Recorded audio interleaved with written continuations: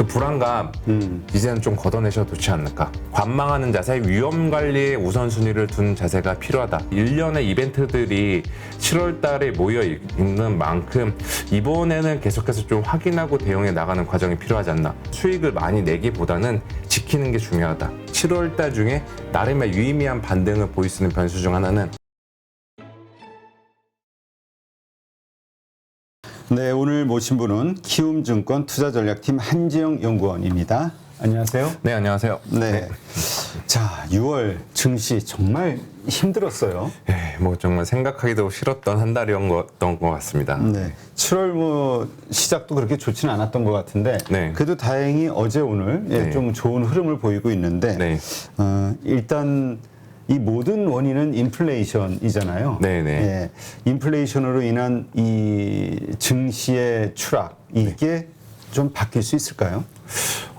바뀌어가고 있지 않나 이렇게 생각하고 있어요. 지금 뭐 문제가 되고 있는 인플레이션 같은 경우도 이제 연말로 갈수록 조금 완화가 되고 있다라는 시그널들이 하나둘씩 등장을 하고 있거든요. 그리고 물론 또 이런 이야기들도 좀 주시는 것 같은데 6월 달에 코스피가 대략 13% 정도 빠졌잖아요. 그렇게 빠진 거는 저는 개인적으로 이거는 정상적인 현상은 아니라고 생각을 하고 있습니다. 여기 한번 잠깐 보여드리면은 예, 지금 7월 달에도 약간 불안불안한 시각들을 보내고 있는 거 중 하나는 요인 중 하나는 뭐 여기 데이터를 통해서도 어느 정도 유추해 볼 수가 있습니다. 이게 뭐냐면은 월간 기준으로 코스피가 이제 역대 하락률 얼마나 셌는지 이거를 한번 순위를 매겨 보니까 6월 달 이번에 코스피가 13% 빠졌거든요. 이게 전체적으로 역대 순위권에서 13위에 해당이 됩니다. 그리고 여기에 그림처럼 과거의 이 순위들을 살펴보면은 정말 뭐 거의 처참했죠. 그리고 좀 더 우리를 불안하게 하는 거는 여기 분홍색 쪽을 한번 보시면 될 것 같은데 분홍색이 이제 그 다음 달에 역대급 하락률을 기록한 다음 달의 주가 등락률인데 여기 보시면은 90년도 4월이랑 또 2008년도 1월 그리고 2018년도 10월 이 정도를 빼고는 대부분 다 그 다음 달에도 하방을 맞았어요. 그래서 우리도 지금 불안해하는 거는 그 과거의 패턴을 미뤄 봤을 때 이번에도 또 7월은 결국에는 좋지 않겠구나, 포기해야 되지 않나 이런 생각들이 들 수가 있습니다. 이런 불안감들이 들 수가 있습니다. 그런데 저는 여기서 좀 드리고 싶은 말씀은 그 불안감 이제는 좀 걷어내셔도 좋지 않을까, 걷어내는 게 좋지 않을까 이렇게 보고 있는데 왜 그러냐면은 여기에 이 하락 요인들을 한번 살펴볼게요. 97년도 10월 달에 이렇게 빠졌던 거는 IMF, 그 다음에 뭐 많이 수익 높았던 거는 금융위기, 일본 버블 붕괴, 닷컴 버블 붕괴, 저희가 흔히 말하는 이제 블랙스완급 예상치 못한 악재들을 맞으면서 이렇게 증시가 거의 2달 연속 대부분 다 크게 하방을 맞았었는데 저는 이번에 하방의 성격은 우리가 예상치 못한 데서 아니라는 전망을 유지하고 있습니다. 판단을 유지하고 있습니다. 그래서 결국에는 6월 달에도 이렇게 빠졌던 거는 인플레이션과 더불어서 이러한 기존 연초부터 노출되었던 이러한 매크로적인 악재와 더불어서 저희 고유의 수급상 악재, 신용 반대매매 충격이 컸던 거지 지금 우리가 지금 악재를 맞고 있는 게 모르고 있는 실체 없는 불안감, 위기에서 기인한 게 아니라 알고 있는 악재에서 기인했던 것만큼 과거의 이러한 패턴들, 역대급 하락률을 기록한 다음에 그 다음 달에도 빠졌던 이러한 사례가 재현이 되지 않을 것으로 저는 생각을 하고 있습니다. 그렇군요. 네. 자, 지금 그렇다면 네. 7월 달 근데 지금 솔직히 네.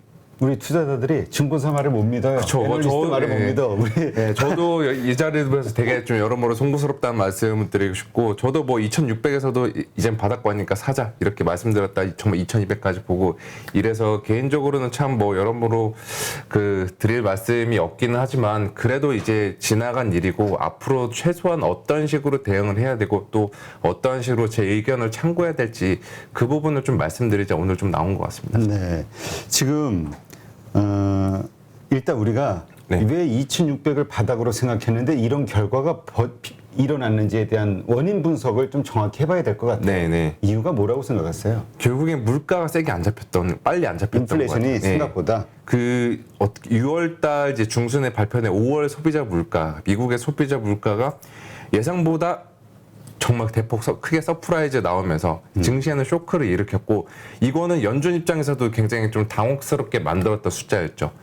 생각해 보시면 6월 FOMC 끝나고 파월 의장이 이야기하기를 우리 원래 50bp 인상하려고 했었는데 6월 달에 발표된 5월 소비자 물가가 예상보다 높게 나오니까 우리도 불가피하게 정책을 수정했다. 이렇게 밝힌 만큼 지금 단순히 저희가 같은 투자자들뿐만이 아니라 연준도 그렇고 다른 정부 관계자들도 그렇고 다들 이 인플레이션 문제를 골머리를 앓고 있고 그게 지금 자산 시장에 계속 충격을 미쳤던 것 같습니다. 네. 자, 그러면 네. 그런 이유로, 그러니까 예상하지 못했던 이유잖아요. 그러니까 네, 낙관적으로 봤던 하나의 그 지표가 계속 악화가 되면서 네, 인플레이션 맞습니다. 지표가 악화가 되면서 전반적으로 다 안 좋아진 거고 네네. 이게 심리까지 연결된 건데 네. 그럼 지금은 이제 바닥이다라고 얘기하시는 네. 그 뭐라 그럴까 근거 가운데서 또 이렇게 잘못된 어떤 다른 결과가 나올 수 있는 건 없을까요? 충분히 있죠. 그래서 저 같은 경우도 7월 달에 지금 전력 자료를 어제 냈는데 7월 달은 우리가 뭐 길목 지키기 먼저 베팅해서 많이 먹자 이거보다는 그 확인 후 대응, 반등하는 거 보고서 들어가든지 아니면 빠지는 거 보고서 포지션 청산하든지 이렇게 좀 관망하는 자세, 위험 관리에 우선순위를 둔 자세가 필요하다 이렇게 생각하고 있어요. 제가 이 말씀을 드리는 것 중 하나는 이거를 좀 더 이 표를 보면서 설명을 드리는 게 나을 것 같은데 이게 불가피하게 7월 달에 워낙 많은 일정들이 몰려 있는 상황입니다. 이거를 한번 저는 정리를 해봤는데 한번 보시죠. 당장에 이번 주만 해도 삼성전자 실적 있죠.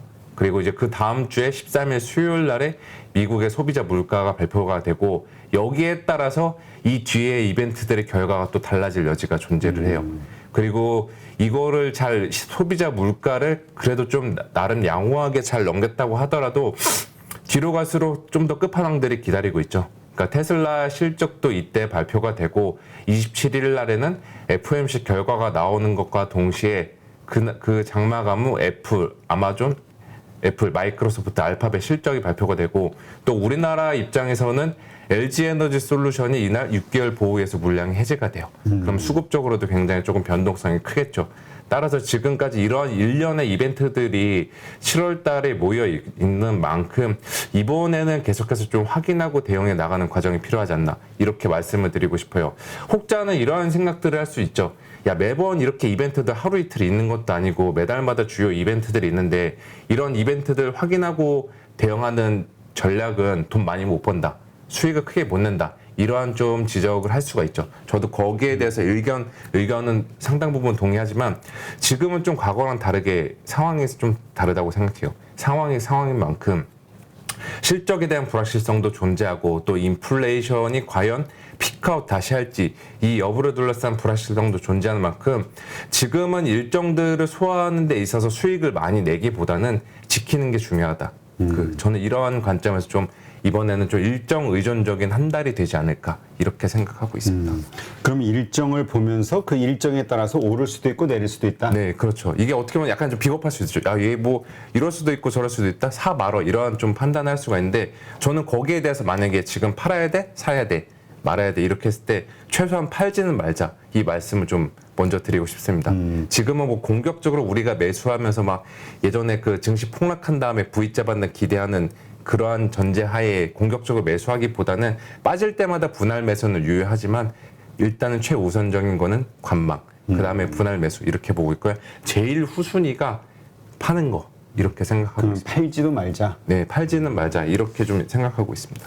그렇군요. 네. 그러니까 일단 일정에 따라서 지금 네. 한번 다시 일정을 좀 보여주시죠. 네네. 네. 이 일정에 따라서 오르고 내리고 하는 변동성이 커질 수 있는데 네. 주로 우리가 봐야 되는 거 사실 저거죠. 가장 중요한 건 소비자 물가. 네, 그렇죠. 네. 13일인가요? 네, 13일 날입니다. 이게 지금 컨센서스가 시간이 지날수록 올라오고 있어요. 그래서 8.8%로 올라왔습니다. 지난주 초반까지만 해도 8.2에서 8.3%였는데 이게 지금 이 정도까지 올라왔다는 거는 시장에서도 지금 경계는 많이 하고 있는 것 같아요.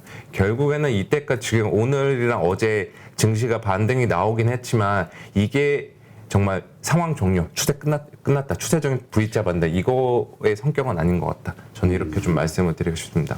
그리고 뭐 이어서 좀 말씀드리고는 야 뭐 증권사애들을 나와서 맨날 팔지 말자 이런 얘기를 좀 많이 하실 텐데 저는 거기에 대해서 하나 데이터를 좀 보여드리고자 합니다. 네. 네, 이거를 한번 보시면 좋을 것 같아요. 이게 뭐냐면은 저희가 흔히 말해 주가 순자산 비율 PBR 밴드인데 12개월 선행 미래에 이제 기업들이 얼마나 자산을 쌓을지 미래 실적에 대해서 관련된 12개월 선행 PBR 밴드 상으로 보면은 지금 레벨상 봤을 때 0.8배 그럼 거의 끝에 다 다다르죠. 이미 거의 끝은 다 온 것 같아요. 물론 이제 금융위기 때 같은 경우만 금융위기 때에는 0.8배를 일시적으로 하회하기도 했고 또 코로나 때도 아래로 더 내려가긴 했지만 과거의 사례는 이때는 역시나 이제 블랙스완급 이벤트였고 지금은 그러한 상태가 아니다. 그래서 이 정도면 어느 정도 바닥은 잡아가지 않나 이렇게 말씀을 드리고 싶어요. 그런데 이제 문제가 되는 건 이거겠죠.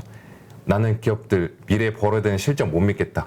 얘네들이 이렇게 지금 PBR 0.9배 수준인 줄 알고 들어갔는데 뒤에 뚜껑 까서 실적 열어보니까 우리가 생각했던 0.9배가 아니라 1.0배, 1.1배 이렇게 잘못 판단할 수도 있잖아요. 밸류에이션이. 그래서 저는 지금 상황에서는 선행, 포워드로 보는 게 아니라 트레일링, 후행으로 보자.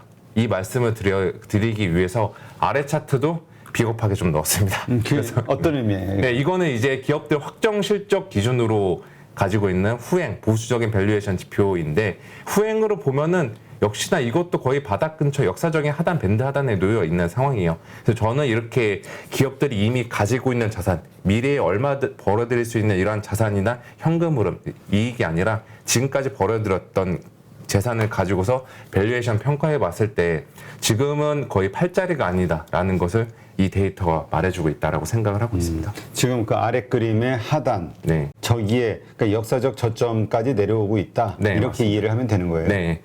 그리고 뭐 이때 그냥 아까 일어날 일 없는 일이긴 하지만 그냥 한번 참고 삼아 말씀을 드리면은 지금 시장 심리가 불안하다 보니까 야 진바닥은 역시나 과거 코로나 이때 내려갔던 PBR 0.1배, 6배 수준 이 정도까지 내려가야 되지 않겠냐 이렇게 생각하실 수도 있는데 여기서 말씀드리고 싶은 거는 여기까지 내려가려면은 코스피가 지금부터 1600까지 내려가야 돼요. 근데 저희는 지금 그거를 베이스 시나리오로 보면 안 된다. 저는 이렇게 말씀을 드리고 싶습니다. 알겠습니다. 자, 그 다음에 네.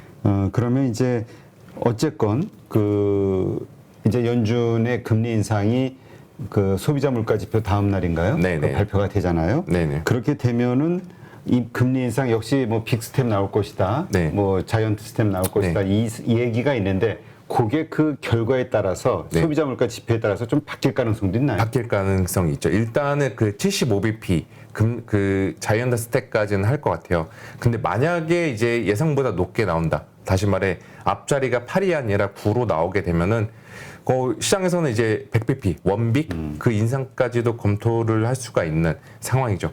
그래서 뭐 매번 이제 그 소비자 물가 매달 소비자 물가를 발표할 때마다 변곡점이다 이러는데 이번에도 역시나 그 변곡점은 소비자 물가가 만들어낼 거다. 저는 이렇게 생각을 하고 있습니다. 그렇군요. 자, 그렇다면 네. 지금 인플레이션으로 인해서 경기 침체가 올 것이다. 네. 지금 가장 시장을 어둡게 만들고 지금 불안하게 만드는 요소가 그건데 네. 그거에 대한 시각은 어때요? 그 경기 침체 지금 리스크가 높아진 것은 사실이에요. 왜 그러냐면은 근데 2분기 연속 그 GDP 네. 성장률이 마이너스면 이거는 그냥 확정이라고 경기 침체 그렇죠. 이렇게 얘기할 기술적으로는 침체가 맞죠. 그러니까 저도 중요한 거는 2분기까지 연속 마이너스 나올 수도 있을 것 같아요. 근데 중요한 건 과연 3분기 때 반등할까 안 할까 이거인데 저는 2분기 연속 기술적인 침체에 대한 부분은 6월달 주가 하락 부분에 상당 부분 반영이 되어 있다라고 보고 있어서 만약에 7월 말에 2분기 GDP 예비치가 발표됐을 때 마이너스로 나온다고 하더라도 증시의 반응은 약간의 재료 소멸 인식이 되지 않을까 그렇게 보고 있고 이후에 중요한 거는 과연 3분기 때 반등을 할 거냐 플러스 성장으로 반등할 거냐 아니면은 4분기, 3분기, 4분기 내년까지도 계속해서 마이너스 성장 갈 거냐 이게 관건인 것 같아요. 그거는 이제 거의 다 이제 저희가 이번에 7월달 발표되는 지표들을 통해서 어느 정도 시장의 분위기를 만들어갈 수 있지 않을까 이렇게 생각을 하고 있습니다. 결국에는 지금 어려운 상황인 거는 맞아요. 마냥 우리가 행복회로 돌리고 증시 V자 반등할 거야 이런 게 아니라 철저히 저희도 데이터 접근적인 방식이 필요하다 이렇게 말씀을 드리고 싶고요. 이 차트도 한번 보여드릴게요. 금리 인상, 인플레이션을 잡히는 게 결국에는 증시의 추세적인 반등을 결정하는 요인이다라고 생각을 하고 있는데 그거와 관련해서 하나 좀 드리고 싶은 말씀이 이게 저 약간 어려울 수도 있어서 제가 최대한 쉽게 설명하고자 번호를 좀 달았어요. 네. 이게 뭐냐면은 저희가 그냥 경제학에서 배우는 오랜만에 보시는 분들도 있을 텐데 수요와 공급 곡선이 만나서 가격이 형성되는 것을 좀 이론상으로 표현한 겁니다. 그래서 이제 1번에 있는 이 선이 저희가 그냥 기존 이론상의 수요와 공급 곡선이 만나서 인플레이션이 결정되는 요인이다라고 일단 그렇게 보시면 될 것 같고요. 이제 중요한 거는 2번부터 시작하는 건데 2번이 뭐냐? 작년에 예상했던 올해 인플레이션의 가격 결정 메커니즘이 어디에 있는지 이거를 나타낸 건데 작년에 우리가 저희 시가를 돌려보면은 공급난 지속되고 있었고 리오프닝에 따라 이연 수요도 있으니까 물가는 당연히 2020년도보다 높게 올라오겠다 생각을 해서 작년에 컨센으로 형성됐던 게 대략 연간으로 2에서 3%였죠. 그런데 변수가 끼어들었던 게 우크라이나 사태였습니다. 이게 에너지를 포함한 전반적인 공급 상황을 악화시키면서 공급 쪽 곡선이 예상했던 것보다 크게 올라오고 수요 쪽의 곡선도 같이 올라오다 보니까 이게 결국에 만나서 5월 CPI 8.6%를 만들어냈다라는 게 현재 상황으로 보시면 될 것 같아요. 이제 중요한 거는 앞으로 어떻게 될 거냐겠죠. 그렇죠. 그래서 그거는 이제 다음 페이지를 참고하면 될 것 같은데 좀 냉정하게 말씀을 드리면은 공급 쪽에서는 유의미한 변화가 없을 것 같아요. 지금 뭐 오늘 같은 경우만 하더라도 러시아가 뭐 휴전을 제의했다 그러니까 이런 그러한 약간 루머죠? 루머. 저도 뭐 CNN이나 다 들어가 체크해 봤는데 루머였던 것으로 보고 있고요. 이것도 지금 여기에 빠르게 뭐 7, 8월 안에 휴전을 하긴 어려울 것 같아요. 그래서 공급 쪽에서는 변화가 굉장히 제한적으로 일어날 것으로 보고 있고 결국에는 우리가 원하는 인플레이션이 빨리 잡히기 위해서는 금리 인상을 계속하면서 수요를 억압해서 이 가격을 만들어내야 됩니다. 이게 지금 저희가 처한 상황이자 침체 이야기가 나오는 것도 금리 인상을 하는 과정에서 수요가 완전히 망가질 수 있지 않을까라는 불안감들이 그 근원으로 보시면 될 것 같아요.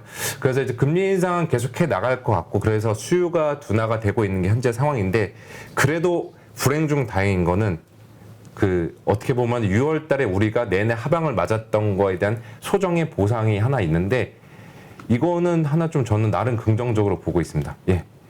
기대 인플레이션, 미래의 이제 금융시장 참여자들, 시장 참여자들이 예상하는 1년 뒤, 5년 뒤, 10년 뒤 인플레이션 지표는 지금 꺾이고 있어요.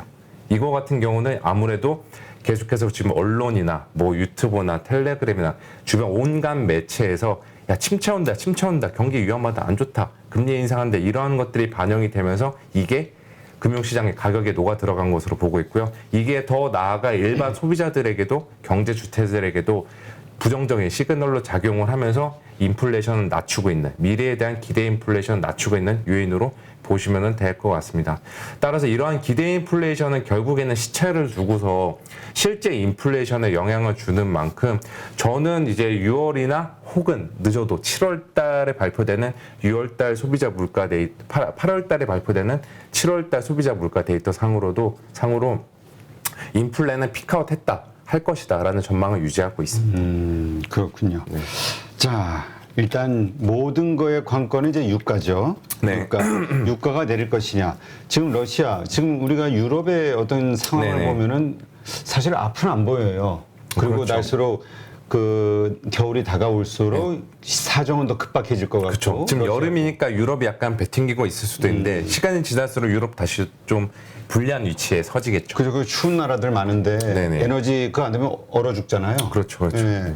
그러니까는 어떤 식으로든 그래서 사실 유가가 또 해결하기 위해서는 우크라이나 전쟁이 좀 끝나야 되는데 네네. 그런 차원에서라도 그런 국가들이 젤렌스키 우크라이나 대통령한테 이제 압박을 가하지 않겠냐. 자기네들의 생존도 갈려 있으니까. 네, 그렇죠. 이런 게 이제 시장의 기대감인데요. 네, 그거를 저희가 솔직히 정치적인 이슈여서 섣불리 예측하기는 어렵다라고 생각하고 있어요. 만약에 정말 우크라이나나 러시아랑 휴전을 한다. 그러니까 우리 전쟁 끝내겠다. 우크라이나도 동의하고 러시아도 동의한다 이러면은 그거는 진짜 V자 반등 되게 세게 나올 것 같아요. 근데 지금은 그러한 분위기들이 감지가 되지 않고 있고 저희도 V자 반등을 전제하고 투자 전략을 수립하는 것은 조금 자제할 필요가 있다. 이렇게 보고 있습니다. 지금은 공급난 같은 상황, 유가의 빠른 하락 이거를 기대하기는 어려운 게 현재 저는 상황으로 보고 있습니다. 네. 그렇다면 네. 우리가 지금 시장이 좀 좋아질 것이다라고 네. 기대감을 가질 만한 요소, 이거는 우크라이나, 러시아의 어떤 휴전, 종전 네네. 이거 말고는 좀 없는 건가요? 지금 당장에는 그게 딱히 저도 보이진 않아요. 그래야지 이제 상품 가격, 유가를 포함한 전반적인 에너지 가격도 빠르게 그 우크라이나 사태 이전으로 내려가고 그게 전체 인플레이션에 반영이 되면서 연말에 갔을 때는 연준이 금리 인상이 아니라 금리 인상 중단 혹은 인하까지도 검토할 수 있는 단계에 도달할 것으로 보고 있어요. 그래서 저도 이제 우크라이나 쪽에서는 계속해서 이슈를 좀 체크해서 팔로우업을 하고 있는데 아직은 완벽히 지금 휴전의 시그널을 잘 보이지 않고 있다라고 보고 있고 하나 변수가 될 수 있는 거는 좀 시장의 시원한 V자 반등 말고 7월 달 중에 나름의 유의미한 반등을 보일 수 있는 변수 중 하나는 13일부터 16일까지 예정된 바이든의 중동 방문 여기에 좀 있지 않을까. 사우디에서의 증산. 그렇죠. 그 사우디 같은 경우도 지금 미국 말 잘 안 듣고 브릭스 쪽에 같이 엮여서 러시아, 중국 쪽에 붙어가지고 약간 미국을 내치려고 하고 있는데 이번에 그 방문이 변수가 될지도 모릅니다. 그리고 만약에 사우디가 증산을 해준다고 하면은 과연 미국은 어떤 카드를 줄 수 있을까라고 보면은 사우디 쪽에 있는 중동산 물량들 미국이 장기적으로 수입을 해줄 수 있는 그런 카드를 제시해 줄 수 있는 것도 좀 현실적인 방법으로 볼 수가 있어요. 그래서 만약에 이번에 중동 순방의 결과 사우디의 증산 소식이 전해지면은 어느 정도 증시도 좀 그 반등 한번 유의미하게 나오지 않을까 이렇게 생각하고 있습니다. 지금 그냥 일상적인 그런 차원에서의 반등이라면 네네. 한 어느 정도까지 상승할 수 있을까요? 반등의 폭이. 지금이 2,300이니까 그 2,500 이상까지는 충분히 7월 달 안에 뿜지 않을까 이렇게 보고 있습니다. 알겠습니다.